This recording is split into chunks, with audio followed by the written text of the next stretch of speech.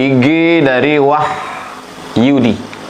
Assalamualaikum Ustaz Abdul Somad. Waalaikumsalam warahmatullahi wabarakatuh. Dulu aku bekerja di kapal pesiar yang notabene aku digaji dari penjualan makanan jasa yang ditawarkan di dalamnya. Yang aku lihat pendapatan mereka ini penjual makanan yang tidak halal menurut agama saya, yaitu Islam.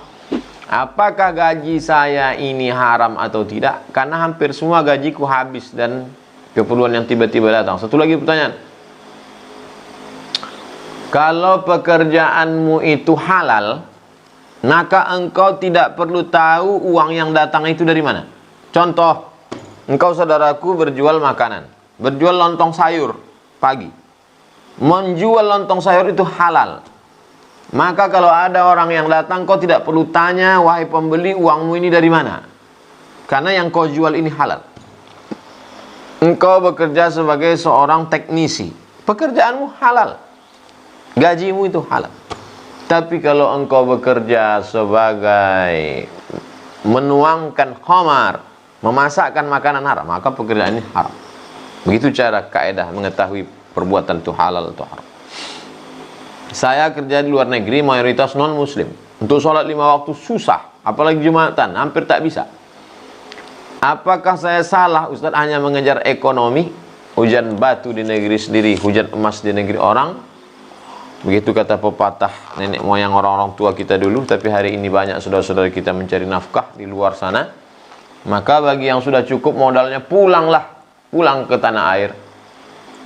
Beli tanah, tanam tanaman, bercocok tanam, ternak ikan, buat kolam, mencari keberkahan hidup. Hidup ini singkat. Makan, tidur, makan, pakai, punya anak, meninggal dunia. Ibadah tak sempat. Na'udzubillah, menyesal. Wallahu a'lam. Dari IG Destuas. Pak Ustadz, gimana ngatasin rasa kangen kita ke orang yang sudah meninggal? Orang yang belum pernah kehilangan keluarga yang meninggal, dia tidak mengerti pertanyaannya. Bagaimana cara menghilangkan rindu? Wasta'inu bis-sabri was-salah. Minta tolonglah kepada Allah dengan sabar dan salat. Sabar artinya tahan. Tahan bibirmu, jangan berkata sumpah serapah caci maki. Tahan hatimu, jangan sampai mengutuk nasib, suuzan pada Allah Subhanahu wa taala. Bisabr, sabar, tahan. Yang kedua, was-salah, salat. Kalau kebetulan engkau rindunya di waktu pagi, salat duha. Allahu akbar. Inna salati wa nusuki wa mahyaya wa mamati. Salat. Kalau kebetulan rindunya tengah malam, salat tahajud. 3, baca Al-Quran. Baca Al-Quran.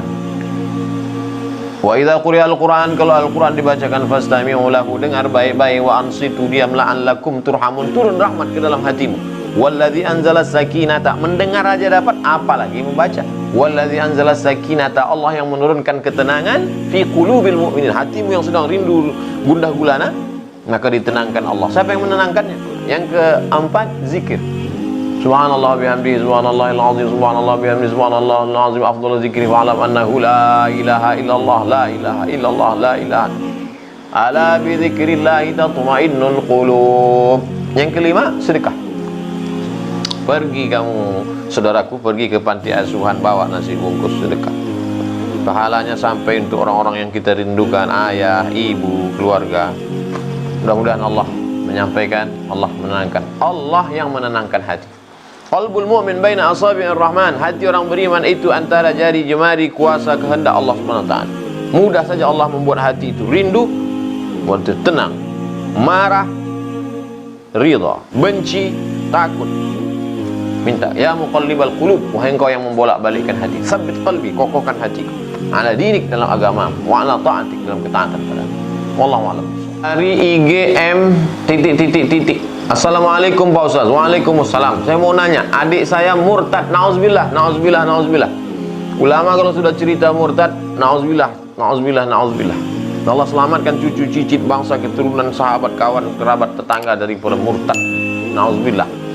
Padahal dia dari kecil sudah dididik agama, pernah pesantren. Semenjak dia kuliah dia jadi begitu, dia kos sendiri, jadi tidak terpantau. Baru kemarin dia mengaku kalau sudah keluar dari Islam. Ternyata sudah 2 tahun lamanya dia murtad. Kasihan ibu saya. Sakit, saya yatim, tak punya ayah. Bagaimana saya dan keluarga saya harus menyikapinya, Pak Ustadz? Panggil dia baik-baik. Ajak, tarik dia lagi. Ud'u ila sabili rabbik, ajak dia ke jalan Allah bil hikmah, dengan santun, wal mau'izatil hasanah, suri tauladan yang baik. Wajadilhum billat, kalau dia mau berdebat, ajak dia debat. Wajadilhum, debat, billati hiya ahsan, dengan cara yang baik. Tidak juga mempan, ambil sikap. Kasih waktu seminggu, 2 minggu, sebulan, 2 bulan, 40 hari. Tidak juga, tunjukkan pada dia. Ingat wahai saudaraku, dalam hukum Islam ini jelas, la yahillu damu mri'in muslim illa bihada salas. Tidak halal darah seorang muslim kecuali dia melakukan 3. Kalau dia sudah melakukan 3, halal darahnya. Yang pertama, an-nafsu bin-nafsi, pembunuh, orang yang dibunuh dipancung kepalanya. Al-thayyibu zani, orang berzina dilempar batu sampai mati. Yang ketiga, at-tariku lidinihi al-mufariqu lil jamaah, orang yang murtad. Kalau kau hidup dulu zaman Nabi SAW, mati. Oleh sebab itu, ajak kembali ke jalan Allah. Kalau juga tidak, maka berikan peringatan, warning tingkat tinggi. Mudah-mudahan Allah menyelamatkan. Dari IG, Assalamualaikum Ustaz. Waalaikumsalam warahmatullahi wabarakatuh. Saya mau tanya soal ayah saya. Habis pergi bersama mama dan aku selalu marah-marah. Jadi saya tidak pernah senang.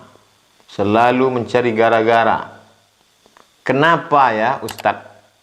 Ya, tanyalah dia kenapa dia marah. Ada 2 sebab. Yang pertama, mungkin dia marah karena ingin mendidik, mengajar, memberitahu. Maka kewajiban seorang tua, la yadkhulul jannata dayyus, tidak masuk surga seorang ayah yang membiarkan anak gadisnya tidak pakai jilbab, membiarkan anak gadisnya keluar dengan laki-laki yang tidak mahram. Kalau dia marah, maka sebenarnya dia sayang. Tapi kalau tanpa sebab dia marah tidak tentu arah, something wrong, ada sesuatu dengan dia. Ada apa masalah dia? Oleh sebab itu, i'dilu, wahai orang tua, bersikap adillah kamu kepada anak-anak kamu. Wallahu a'lam bishawab.